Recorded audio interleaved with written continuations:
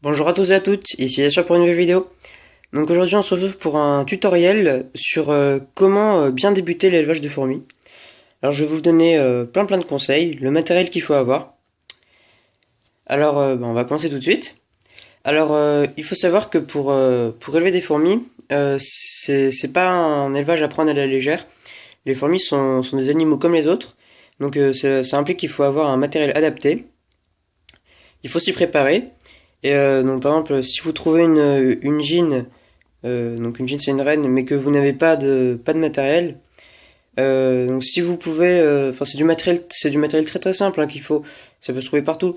Mais si vous n'êtes pas dans la mesure, par exemple, de la mettre dans un tube à essai ou dans quelques boîtes que ça soit avec de l'eau sous 24 heures, c'est pas la peine de la récupérer parce qu'elle finira par mourir. Donc tout ça pour vous dire que il faut évidemment bien sûr se procurer des tubes à essai pour récupérer ces rennes dans la nature. Ensuite donc avec les tubes à essai j'ai fait un précédent tutoriel donc sur comment préparer le tube à essai. Il faut savoir qu'une gine met en moyenne 1 mois à 1 mois et demi voire 2 mois pour les copronutus pour fonder sa colonie, donc c'est très long. La qualité principale d'un éleveur de fourmis, c'est il faut savoir être patient. La patience, c'est vraiment la chose la plus importante quand on élève des fourmis. Parce que ça peut toujours être très ennuyeux. Tous les matins, vous vous levez, vous allez voir vos fourmis. Et vous dites, oh là là, il s'est rien passé pendant la nuit. Mais c'est normal en fait, parce que le couvent, ça peut pas évoluer comme ça d'un coup. Donc il faut vraiment attendre, et puis après, vous verrez, vous serez stupéfait du résultat. Quand votre colonie, au bout d'un an, aura 200-300 fourmis, vous serez très content de vous. Donc voilà. Alors, une fois que vous avez mis votre gin dans un tube à essai, ou comme je l'ai dit précédemment, vous pouvez toujours la mettre dans une petite boîte en attendant d'avoir des tubes à essai. Quand la colonie s'agrandira, il faudra penser à avoir un peu plus de matériel. Donc alors notamment par exemple, dès que les premières ouvrières apparaîtront, je vous conseille de les relier à une aire de chasse. Alors donc ça c'est une aire de chasse en ciment que j'ai réalisé moi-même. J'ai tout simplement coulé du ciment et les trucs gros c'est de la peinture. Donc une aire de chasse que vous relierez à votre tube grâce à ce tuyau de liaison de n'importe quel diamètre. Et il vous faudra également de l'anti-évasion. Donc là c'est de l'huile de paraffine. Vous pouvez également prendre tous les types d'huiles naturelles qui existent. Donc huile d'olive, huile de tournesol, etc. Ou du talc. Donc soit vous pouvez mettre du talc tout court, soit du talc que vous mélangez avec de l'alcool et que vous appliquerez sur les parois de l'aire de chasse. Dans ce cas-là, ça s'appelle du talcol. Talcalool, je crois. Enfin, talc et accolé all.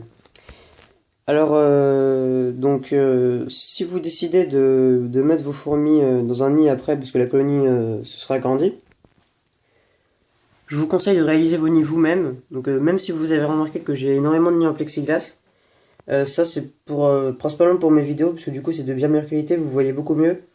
Parce que dans un nid en plâtre, comme celui que je suis en train de vous montrer, on voit pas grand chose, parce qu'après les fourmis entassent des déchets un peu partout. Mais moi j'ai des nids en plexiglas en fait, parce que j'ai réussi à quand même avoir un bon taux d'humidité en reliant avec des tubes à essai remplis d'eau, ou en leur mettant plein d'abreuvoirs dans l'air de chat, donc ça permet de compenser un peu le manque d'humidité. Mais si vous débutez, moi je vous conseille vraiment de réaliser vous-même vos nids. C'est très simple à faire. Donc je vous conseille d'aller voir mon tutoriel de fabrication de nid. Donc justement, si vous êtes en train de vous poser la question, ce nid est bien celui qui est dans le dernier tutoriel, dont je vous parlais depuis si longtemps. Il y a le deuxième aussi, je pourrais vous le montrer, mais enfin le deuxième c'est celui qui est un peu raté, parce qu'il y avait des blocs qui se sont mal mis. Donc je vous montrerai ça dans une prochaine vidéo. Alors donc oui, donc un nid en plâtre c'est mieux pour débuter et pour le bien de vos fourmis aussi, puisque ça conduit mieux à l'humidité, comme je l'ai déjà dit. Alors vous aurez également besoin d'une pince, ça c'est très important, parce qu'on ne sait jamais ce qui peut arriver, même sur le principe les fourmis ne sont pas censées s'échapper, tout peut arriver. Moi ça m'arrive assez souvent de voir des fourmis qui courent un peu partout, enfin qui se sont échappées, parce qu'il y a souvent des failles dans le système d'anti-évasion. D'ailleurs il faut le renouveler tous les 3 mois. Vous aurez également besoin de seringues, donc celle avec la pointe je l'utilise pour les liquides sucrés, et l'autre j'utilise pour remplir les réservoirs d'humidification. Vous aurez également besoin de beaucoup de coton, et de coton-tige pour nettoyer les tubes. Ça c'est également un truc pour nettoyer les tubes. C'est très pratique, je m'en sers super souvent. Et ça c'est un abreuvoir mangeoire que j'ai acheté, mais vous n'êtes pas obligé de prendre ça. Vous pouvez prendre n'importe quoi, et même, je vous montre ça parce que les abreuvoirs durent très longtemps avec ça. Ça dure plusieurs semaines. Et si vous en avez pas, en fait, c'est juste que, donc si vous prenez un plexiglas comme je vous ai dit, vous serez obligé de mettre des cotons humides dans l'air de chasse, et ça tient 2 ou 3 jours au plus. Donc par exemple, quand je pars en vacances, je mets cet abreuvoir dans l'air de chasse, et ça me permet de tenir 2 semaines ou 3 semaines facile. Alors, donc là, je vais vous montrer ma petite fondation de l'Asus Emarinatus en tube. Donc cette fondation a... Enfin, j'ai trouvé la reine aux grandes vacances de l'année dernière. Il y a environ 20 ouvrières, je crois. Le couvain se développe plutôt rapidement. Et en fait, c'est juste pour vous montrer, pour ceux qui débutent, à quoi ça ressemble une jolie petite fondation dans un tube. À droite, en fait, c'est des graines. Parce que j'avais mis sans faire exprès, j'avais fait tomber des graines dans l'air de chasse. Et elles les ont rapportées dans le tube et du coup, elles ont germé. D'ailleurs, à ce propos, si vous élevez des fourmis du genre Messor, donc généralement Messor barbarus pour commencer, c'est même pas que je vous conseille, il faut absolument que vous achetiez des graines.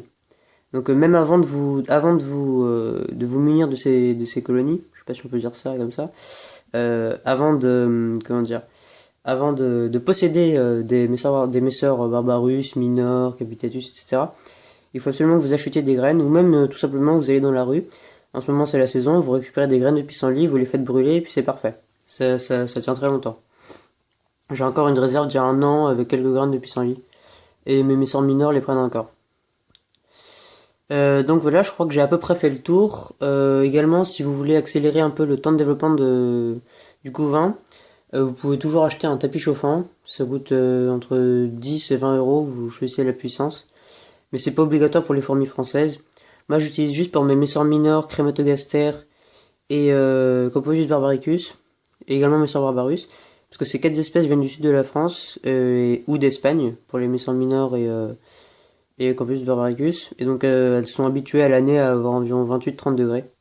Donc c'est pour ça que je les chauffe. Mais sinon, par exemple, si vous avez des Asus, c'est vraiment pas obligatoire. Les miennes se développent très bien sans. Donc voilà, j'espère que ce petit tuto vous aura été utile. En tout cas, moi je l'espère. La prochaine vidéo que je ferai, je suis quasiment certain que ce sera le lexique du myrmécologue, du myrmécophile. Donc je vous donnerai plein de termes, les termes scientifiques, les termes qu'on utilise pour parler des fourmis. Parce que je sais que les débutants, enfin moi quand j'ai commencé les fourmis en tout cas, j'étais toujours perdu, parce que je voyais les autres qui utilisaient des termes, je comprenais jamais rien ce qu'ils disaient. Donc je pense que cette vidéo pourra en aider plus d'un. Voilà, je vous dis à la prochaine. N'hésitez pas à vous abonner, à liker cette vidéo ou à commenter si vous avez des questions.